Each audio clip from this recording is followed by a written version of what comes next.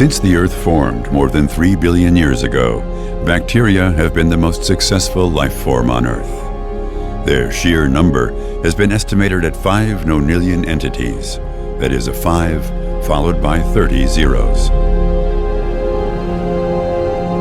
Bacteria have colonized a wide variety of ecological niches, from the permanent ice of the glaciers to the hot springs deep inside the oceans. And they have colonized the human body.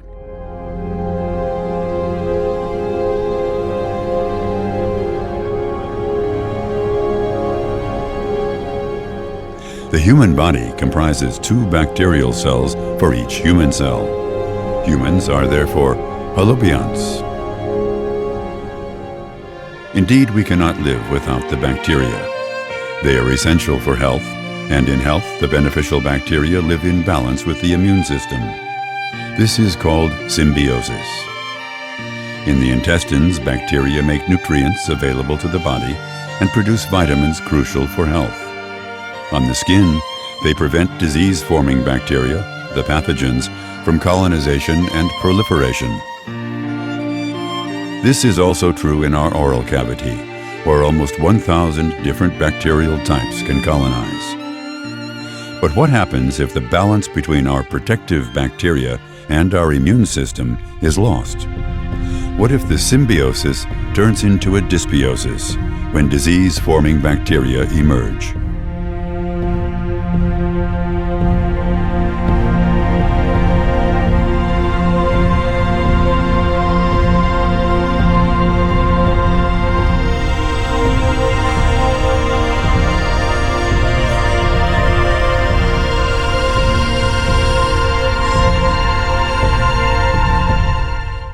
Replacement of a tooth with an implant-supported restoration is associated with the establishment of well-defined peri-implant soft tissue compartments. The epithelial soft tissue attachment to the transmucosal part of the implant and its restoration, the junctional epithelium, incorporates a small area called a peri-implant sulcus. This creates a new habitat for bacteria to colonize. As in the rest of the oral cavity, in health, the bacteria colonizing the peri-implant sulcus are aerobic and facultative gram-positive bacteria, mainly cocci and immobile rods, with only a few anaerobic gram-negative organisms. In symbiosis, the immune defense mechanisms to these bacteria are proportionate and in balance with these organisms. The connective tissue lateral to the junctional epithelium displays no or only minor features of inflammation, and gentle peri-implant probing of a healthy sulcus does not result in bleeding. However, as with natural teeth, if plaque is allowed to accumulate, inflammation of the surrounding soft tissues arises. Most patients with plaque accumulation around their implants develop a so-called peri-implant mucositis.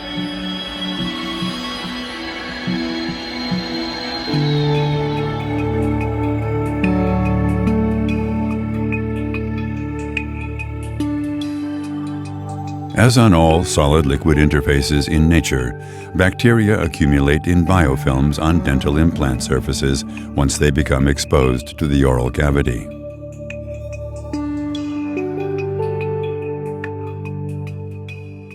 Not all bacteria are capable of adhesion to surfaces on their own.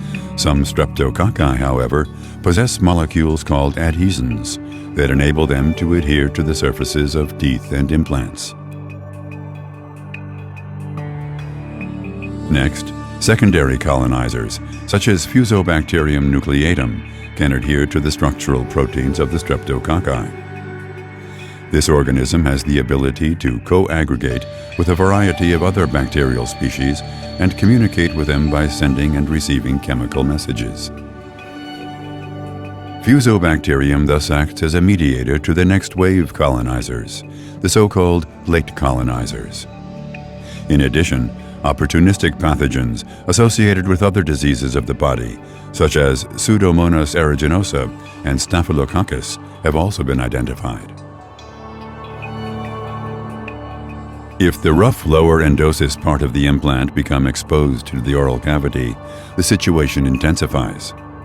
While roughened surfaces are advantageous for osseointegration, they are also very prone to bacterial colonization once exposed to the oral cavity.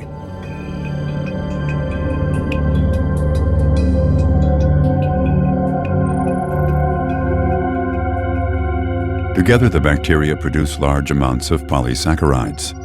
Tightly packed and surrounded by a common matrix, they form a robust biofilm, an ecosystem relatively stable within the host. The biofilm protects the constituent microorganisms from chemical and mechanical attacks, as well as from the host's immune challenges.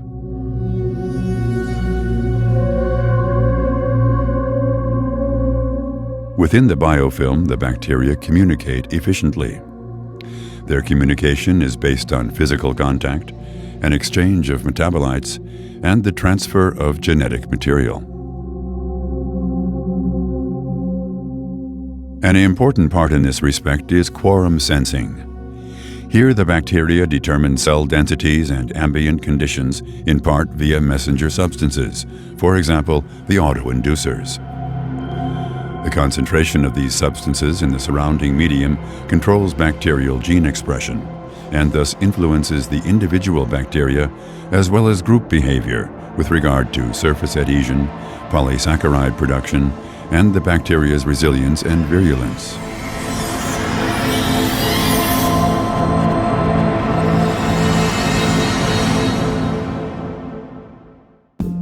The production of toxins and other bacterial factors, such as CpG motifs from bacterial DNA and protein antigens, activate the host's immune response. Plaque formation consistently results in inflammation of the peri-implant soft tissues, a stage of the disease called periimplant mucositis. The clinical sign of periimplant mucositis is bleeding following gentle probing. Other signs may include redness, edema, and a deepening of the peri-implant probing depth. If peri-implant mucositis is left untreated, the onset of periimplantitis may occur. There are clinical similarities between periimplantitis and periodontitis. However, periimplantitis may progress faster and with more aggressive bone resorption than periodontitis. This may be influenced by several structural differences between periodontal and peri-implant tissues. Dentogingival fibers around teeth connect the soft tissues with the root cementum and are oriented in multiple directions. They separate the periodontitis lesion from the alveolar bone. In contrast, the collagen fibers around an implant are anchored in the crestal bone and extend parallel to the implant surface. These fibers do not act as barrier against spread of inflammation. Periodontal ligament fibers seal the apical part of the sulcus around teeth with a fibrous attachment to the root cementum. They also separate the lesion from the alveolar bone. In contrast, the peri-implant tissue lacks the dentogingival fibers and periodontal ligament. Thus, the periimplantitis lesion extends close to the crestal bone. Neutrophils occur in much larger numbers in periimplantitis than in periodontitis, and are, together with macrophages, attracted by the buildup of a chemokine gradient. While plasma cells are the dominant cells in both types of lesions, the total number and density of plasma cells is significantly higher in periimplantitis than in periodontitis. Unhindered by the vertically oriented collagen fibers, the mucosal inflammation moves apically and starts to involve the bone. Pro-inflammatory cytokines and other chemical messengers released by the cells of the immune response induce the maturation and activation of osteoclasts, which are responsible for resorbing the bone.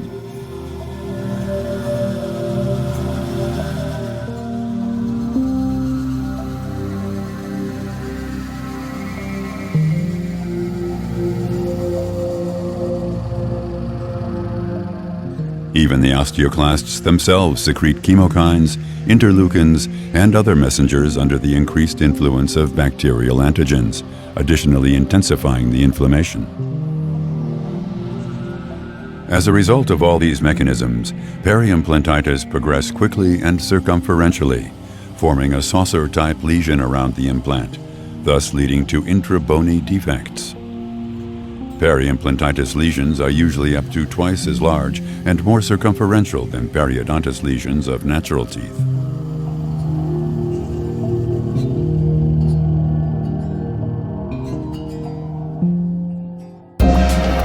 If left untreated, the damage is often irreversible, and the implant may completely lose integration or require removal. The main goal of treatment of periimplantitis is to resolve the inflammation in order to arrest disease progression and further bone loss. Infection control is achieved by the removal of biofilm from the implant surface using mechanical, chemical, or air polishing methods. With deep peri-implant pockets, a surgical intervention is usually required to gain access to the implant surface for biofilm removal. The surgery may involve resection of the mucosal cuff around the implant for pocket reduction. In some cases, it can be combined with reconstructive procedures.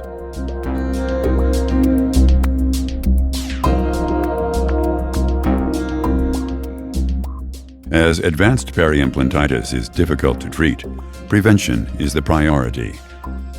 Periodic probing to monitor the peri-implant conditions ensures that signs of disease such as bleeding and pocket formation are diagnosed as early as possible. A thorough assessment of the patient is also recommended, as other factors such as prior or current periodontal disease, smoking, or diabetes may increase the patient's likelihood of developing peri-implant mucositis and periimplantitis. Also, local risk factors should be considered: excess cement, lack of attached soft tissues around the implant, and ledges on crowns that assist biofilm accumulation and inhibit its daily removal by the patient. The key for long-term success following treatment of peri-implant mucositis or periimplantitis is the prevention of recurrent dysbiosis. By establishing shallow peri-implant probing depths, patients can perform adequate biofilm removal using oral hygiene aids on a daily basis. Additionally, regular supportive dental care and professional biofilm management is an essential part of maintenance therapy and highly recommended. If dentists, oral health professionals, and patients work hand in hand, peri-implant mucositis can be diagnosed and treated at an early stage, maintaining the peri-implant health over the long term. We cannot change biology, but we can control risk factors and adapt our therapies.